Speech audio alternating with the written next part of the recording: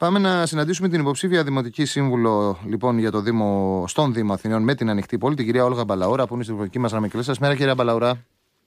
Καλημέρα σας. Λοιπόν, προτεραιότητες θέλω να βάλουμε και να μας θέσετε και εσείς τις προτεραιότητες που έχει η Ανοιχτή Πόλη για αυτήν την μάχη, τις πολιτικές προτεραιότητες και τις προτεραιότητες καθημερινότητας. Γιατί σε τελική ανάλυση, σε έναν Δήμο, ένας Δήμος διοικείται με στόχο τη βελτίωση της καθημερινότητας και της ζωής των πολιτών, πάντα όμως και με ένα συγκεκριμένο πολιτικό πλαίσιο. Ναι, σας ευχαριστώ για την ερώτηση. Νομίζω ότι είναι ακριβώς την αιχμή της δικής μας δράσης. Μιας δράσης που αριθμεί, όπως ξέρετε, αρκετά χρόνια πια, σχεδόν 20 πάνω κάτω, στην οποία εμείς και μες στο Δημοτικό Συμβούλιο, αλλά και μέσα από την καθημερινότητα στις γειτονιές, από την παρουσία μας αυτές, από την δραστηριοποίησή μας μέσα σε κινήματα πόλης και διεκδικήσεις των πολιτών, έχουμε προτάξει πολύ συγκεκριμένες αρχές, αλλά και κάθε φορά συγκεκριμένες προτάσεις προγραμματικές που αγγίζουν ακριβώς την καθημερινότητα των πολιτών μέσα στην πόλη. Ναι. Τέτοιες σήμερα είναι τα αιτήματα καταρχάς για τη δημιουργία δημόσιων δημοτικών υποδομών, που ακριβώς θα απαντήσουν αφενός στην καθημερινότητα, από τα πεζοδρόμια, το φωτισμό, μέχρι τα αντιπλημμυρικά έργα και τη θωράκιση της πόλης απέναντι στις καταστροφές και στην κλιματική αλλαγή και στην κλιματική κρίση, η οποία είναι επίγουσα πολύ περισσότερο σήμερα από ότι τα προηγούμενα χρόνια. Την βιώσιμη κινητικότητα, ένα σπουδαίο και πολύ σημαντικό θέμα, το οποίο, βασανίζει πάρα πολλούς συμπολίτες μας, από ανθρώπους με κινητικές δυσκολίες μέχρι ηλικιωμένους, αλλά και γυναίκες με καροτσάκι, ακόμα και νέους ανθρώπους οι οποίοι τραυματίζονται και δεν μπορούν να περπατήσουν μέσα στην πόλη, να μετακινηθούν με αμαξίδιο.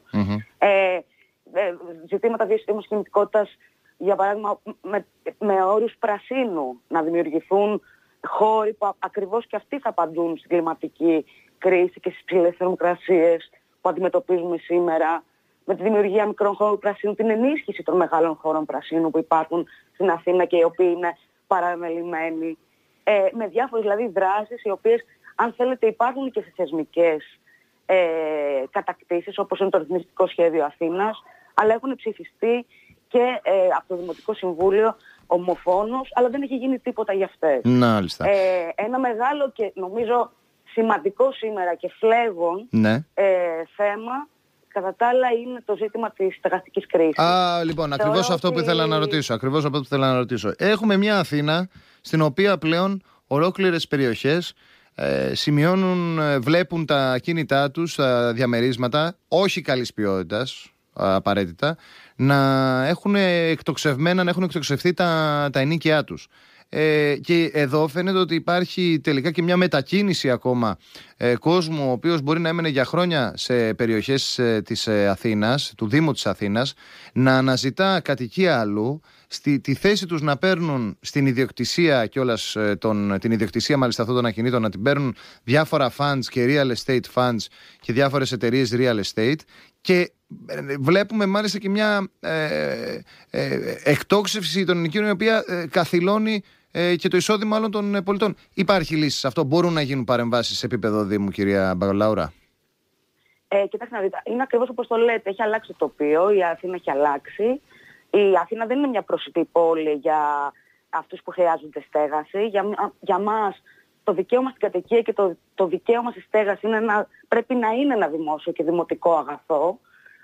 Και σε αυτή και ακριβώς για αυτούς τους λόγους και ακριβώς για τα θέματα που εντοπίσατε, δηλαδή την αύξηση των τιμών, τη ραγδαία αύξηση των τιμών, που έχει αιτίες φυσικά, έτσι, δεν είναι ένα φυσικό φαινόμενο, και ενθαρρύνεται από και την κυβέρνηση αλλά και από τη Δημοτική Αρχή, η οποία εντείνει επιχειρηματικές και κερδοσκοπικές τάσεις, έτσι, και επικοινωνιακά αλλά και πρακτικά μέσω αναπλάσεων, με κύριο επισπεύδοντα την ιδιωτική πρωτοβουλία και άλλα πολλά που δεν ξέρω αν έχουμε το χρόνο να πραγματικά να τα αναλύσουμε. Είναι μεγάλα αυτά, ναι, βεβαίως.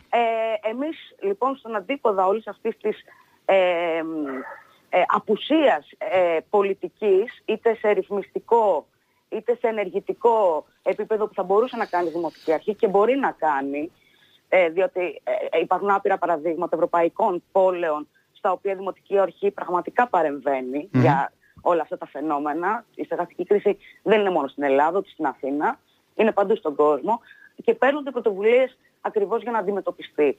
Εμείς τι λέμε? Εμείς λέμε πρώτον ότι πρέπει να ρυθμιστεί, και το λέμε χρόνια αυτό και από την προηγούμενη φάση των εκλογών, το 19, ότι καταρχάς πρέπει να ρυθμιστεί το τοπίο του Airbnb. Ναι. Υπάρχει νόμος. Της βραχυχρόνιας μίσθωσης γενικώς, ναι. Της βραχυχρόνιας μίσθωσης ακριβώς.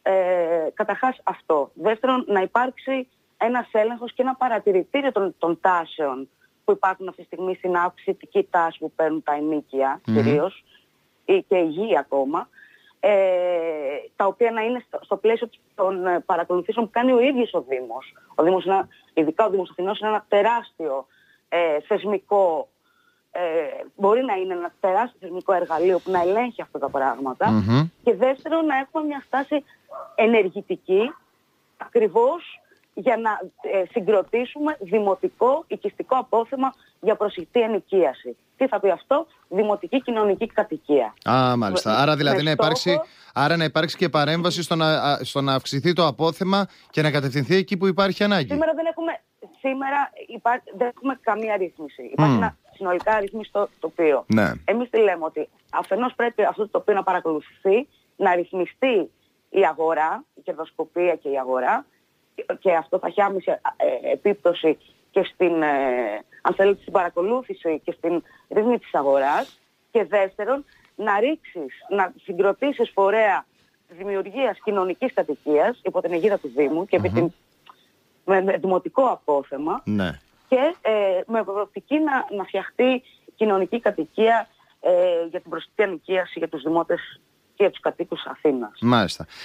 Κάτι τελευταίο, επιτρέπετε, επειδή είναι ένα μεγάλο, σοβαρό θέμα για το Δήμο της Αθήνας και κάτι το οποίο έχει ταλαιπωρήσει πάρα πολύ κόσμο και κυρίως και κόσμο ο οποίος μένει στην Αθήνα, αλλά και κόσμο ο οποίος εργάζεται αλλά και διέρχεται από την Αθήνα, και έχει να κάνει με το μεγάλο περίπατο που εν τέλει τον είδαμε. Έγινε μέσα στην πανδημία. Έγιναν εκεί διάφορα με κάτι, πώς λένε, ψευτοπιπεριές, όπως τους λέγανε, δεν θυμάμαι καλά, και κάτι κοκοφίνικες. Μετά τα βγάλανε, μετά επέκτηναν το ένα πεζοδρόμιο, μετά φέραν κάτι σχάρες. Μια τέτοια ιστορία που τελικά πρώτα δείχνει ότι δεν υπάρχει κανένα σχεδιασμός. Και κατά δεύτερον, το ερώτημα μου είναι: πρέπει να υπάρξει παρέμβαση στο κέντρο της Αθήνας, στο σκληρό κέντρο της Αθήνας, έτσι ώστε να αρχίσει να μοιάζει και με άλλων ευρωπαϊκών πόλεων και να έχει καλύτερη ποιότητα ζωής, βεβαίως, και ο κόσμος ο οποίος μετακινείται εκεί? Κοιτάξτε να δείτε, η Αθήνα χρειάζεται χωρικό σχεδιασμό, ο οποίος δεν είναι στα πλάνα ούτε της κεντρικής κυβέρνησης, ούτε της Δημοτικής Αρχής. Και γιατί δεν είναι?